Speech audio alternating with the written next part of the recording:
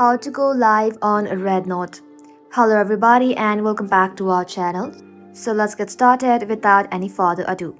In today's video, we're diving into the question, can we actually go live on Rednote in 2025 or not?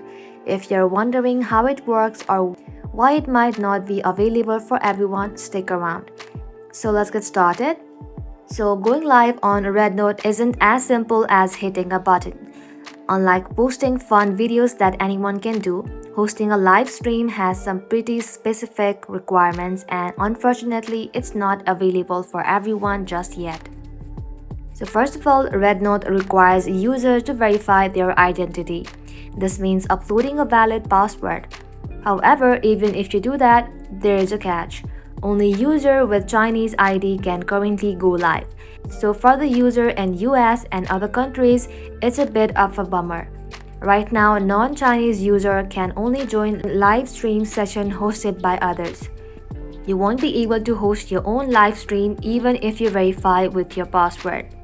This has understandably left some users frustrated, especially with so many TikTok users flocking to Rednote lately. Some users on TikTok have shared their experience, mentioning that they were prompted to share password details but were still unable to go live due to the lack of Chinese ID. But don't lose hope just yet. With the growing number of English-speaking users on Rednote, this policy might change in the future. Platform often evolves as the audience grows, so stay tuned for the updates.